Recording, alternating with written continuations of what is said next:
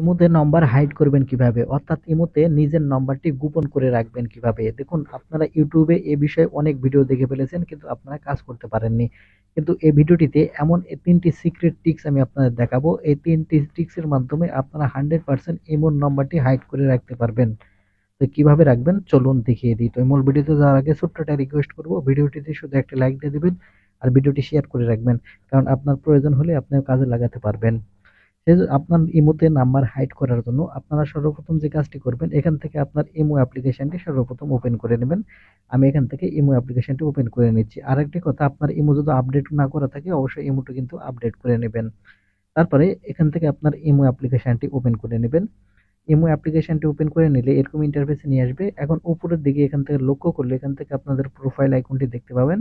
আপনি এখন এখান থেকে প্রোফাইল আইকনের উপর ক্লিক করবেন। প্রোফাইল আইকনের উপর ক্লিক করলে এরকম ইন্টারফেসে নিয়ে আসবে। এখানে আপনারা দেখতে পাবেন সিকিউরিটি অ্যান্ড প্রাইভেসি। আপনি এখন এখান থেকে সিকিউরিটি অ্যান্ড প্রাইভেসি এই অপশনের উপর ক্লিক করবেন। সিকিউরিটি অ্যান্ড প্রাইভেসি অপশনের উপর ক্লিক করলে একটু নিচের দিকে আসলে এখানে আপনারা দেখতে পাবেন এরকম ইন্টারফেসে নিয়ে আসবে। এখন এখান থেকে আপনি একটু নিচের দিকে স্ক্রল করে চলে আসবেন। আপনি এখন এখান থেকে স্ক্রল করে নিচের দিকে চলে আসলে এখানে আপনারা দেখতে পাবেন মেথড ফর এডিটিং মি। আপনি এখন এখান থেকে মেথড ফর এডিটিং মি এই অপশনের উপর ক্লিক করবেন। মেথড ফর এডিটিং মি এই অপশনের উপর ক্লিক করলে উপরে দেখতে পাবেন ফোন নম্বর, এখানে অন আছে। এখান থেকে এই অন এই অপশনের উপর ক্লিক করবেন। অন এই অপশনের উপর ক্লিক করলে এখানে আপনারা দেখতে পাবেন এডিট মেথড এর নিচের দিকে আছে নট অ্যালাউড। আপনারা এখান থেকে একটি বক্স দেখতে পারবেন, এখান থেকে এই বক্সে এই চেক মার্কটি উঠিয়ে দেবেন। এই বক্সে চেক মার্ক উঠিয়ে দেওয়া হয়ে গেলে তারপরে এখান থেকে আপনারা ব্যাক বাটনে ক্লিক করবেন। এখান থেকে প্রোফাইল প্রাইভেসি এখান থেকে আপনারা খুঁজে বের করবেন। এখান থেকে প্রোফাইল প্রাইভেসি এটা খুঁজে বের করার পর এখান থেকে প্রোফাইল প্রাইভেসিটি ওপেন করবেন।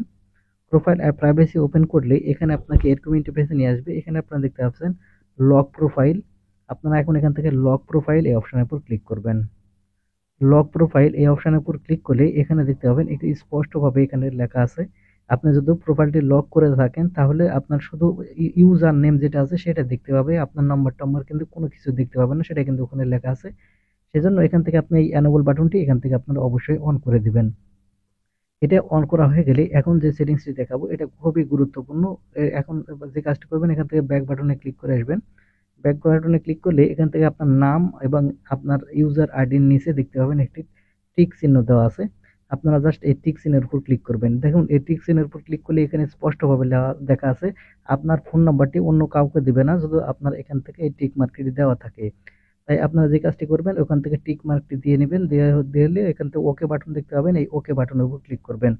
তাহলে 100% আপনার নাম্বারটি হাইড হয়ে যাবে। আর আরেকটি কথা, আপনার আইডি থেকে কিন্তু দেখতে পাবেন না আপনার নাম্বারটি হাইড হয়েছে কিনা। সেক্ষেত্রে আপনার অন্য একটি ইমো আইডি থেকে দেখতে হবে, তাহলে আপনারা এখানে দেখতে পাবেন যে আপনার ইমো আইডি নাম্বারটি 100% হাইড হয়ে গেছে।